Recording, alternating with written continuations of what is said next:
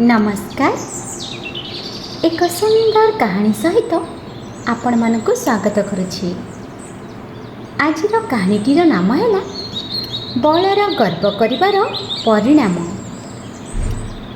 ताहले चलंतु आजिर कहानीटी सुनिबा। हिमालयर पाददेश एक बनरे बहु संख्यारे हाथी रहुथिले।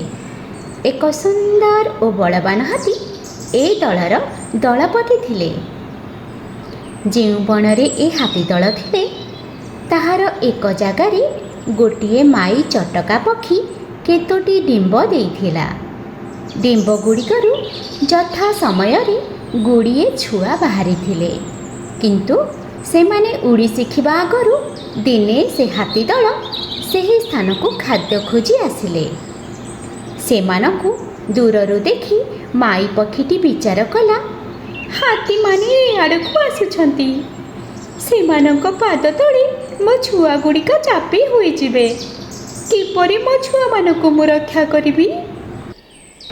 एहिपरि विचार करी हाथी दलर दलपतिंक पाखकु पक्षीटी गला।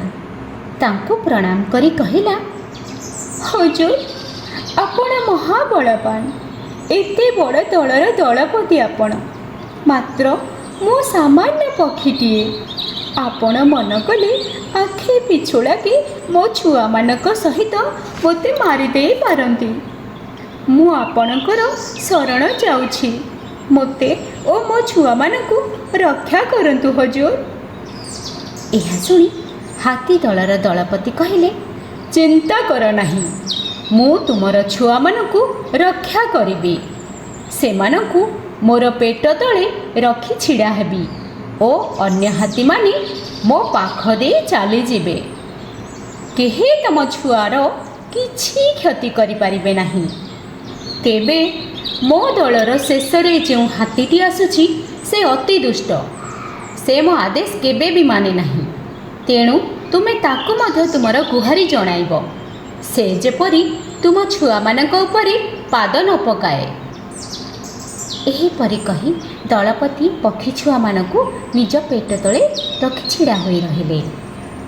अन्य हाथी माने तांको पाख देई चली गले। शेषरे से दुष्ट हाथीटी आसुथिबार देखि माई पक्षी तांको प्रणाम करी कहिला, प्रभु आपण अति बलवान, मु गोटिए अति क्षुद्र जीव। आपणकु मोर एतिकी निवेदन जे मो प्रति दया करी मो पिला मानकर किछि क्षति करंतु नाही। दुर्बल को रक्षा करिबा हेउछि बलवंतर धर्म। एहा सुनी से दुष्ट हाथीर गर्व आहुरी बढ़ीगला। से रागी जाई कहिला, किलो तोर साहस तो कम नुहे, तू मोते धर्म शिक्षा देउछु। अच्छा देख मु कौन करुची। एहा कही से चटक छुआ मानकु पादरे दली देला। मुहूर्तक मध्यरे सेमानक रक्त मांस माटी रे मिसिगला। तापरे हाथी गर्जन करी चलीगला। तभागिनी चटका पक्षी गोटिए गछ डालरे बसी तार पिलामानकर ए अवस्था देखुथिला। अति दुखरे लुह गड़ाई केते समय पर्यंत से विकल स्वर रे कांदिला। शेषरे से कहिला, ए दुष्ट हाथी, तू देह बल गर्भरे मो पिला मानकु मारिदेलु। मो देहरे बल नहीं सिना, मनर बल अछि। देखिबु मु प्रतिशोध न नहीं छाड़िबी नहीं। चटका पक्षीर आउ 3 जन बहुत भल विश्वासी सांग थिले। से 3 जन सांग हेले कुआ, माछी और बेंग। प्रथमे से कुआ पाखकु जाई तार दुख जणाइला। कहिला, भाई मोर ए विपद बेले तुमे टिके साहाय्य कर। कुआ कहिला, मो तुमको निश्चित साहाय्य करिबी। कुह मते कौन करबा कहबो। चटका कहिला, दुष्ट हाथी सोईथिला बेले तुमे जाई तार आखि दुईटा को ताड़ी देबो। तुमर मुनिया थंटरे हाथीर आखि दुईटी ताड़ी देबा अति सहज काम। कुआ यह करबाकू राजी होइगला। द्वितीय चटका पक्षी ମାଛି ପାଖକୁ ଗଲା।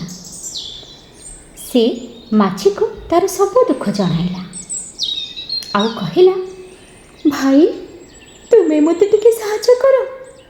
ହାତୀ ଅନ୍ଧ ହୋଇଗଲେ ତୁମେ ତା ଆଖିରେ କିଛି ମଳତ୍ୟାଗ କରିଦେବ, ତାହେଲେ ସେଥିରେ ପୋକ ପଡ଼ିଯିବେ। ମାଛି ସେହିପରି କରିବ ବୋଲି କଥା ଦେଲା। ଶେଷରେ ଚଟକା ପକ୍ଷୀ ତାର ବନ୍ଧୁ ବେଙ୍ଗ ପାଖକୁ ଗଲା। ବେଙ୍ଗକୁ ଯାଇ କହିଲା, ବନ୍ଧୁ ଆଜି ମୋତେ ତୁମର ସାହାଯ୍ୟ ଦରକାର।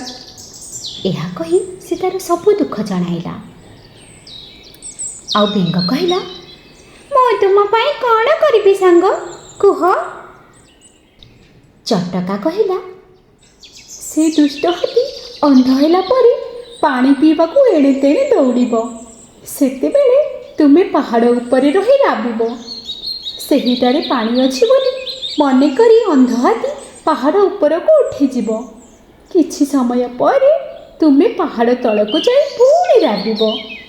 ତେଣୁ ହାତୀ ପାଣି ପିଇବା ପାଇଁ ପାହାଡ଼ ତଳକୁ ଆସିବାକୁ ଚେଷ୍ଟା କରିବ, ମାତ୍ର ଅନ୍ଧ ହୋଇଥିବାରୁ ବାଟ ଦେଖି ନ ପାରି ଗଳି ପଡ଼ି ମରିଯିବ। ଦିନେ ସୁବିଧା ଦେଖି କୁଆ ହାତୀର ଆଖି ଦୁଇଟି କାଢ଼ିଦେଲା। ମାଛି ସେଥିରେ ମଳତ୍ୟାଗ କରିଦେବାରୁ ଆଖିରେ ପୋକ ହୋଇଗଲେ। ହାତୀ ଶେଷରେ ଆକୁଳ ହୋଇ ବେଙ୍ଗର ସ୍ୱର ଆସୁଥିବା ପାହାଡ଼ ଉପରକୁ ଉଠିଗଲା।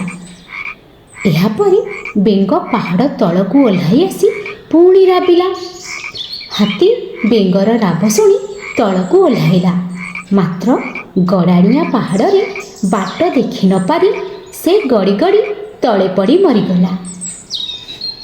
ଚଟକା ହାତୀର ମରଣ ଦେଖି ଖୁସି ହୋଇ କହିଲା, ଯେମିତି କର୍ମ କଲୁ ସେମିତି ଫଳ ପାଇଲୁ। ଆଶା କରୁଛି ଏ କାହାଣୀଟି ଆପଣମାନଙ୍କୁ ବହୁତ ଭଲ ଲାଗିଥିବ। ରହୁଛି। ଜୟ ଜଗନ୍ନାଥ।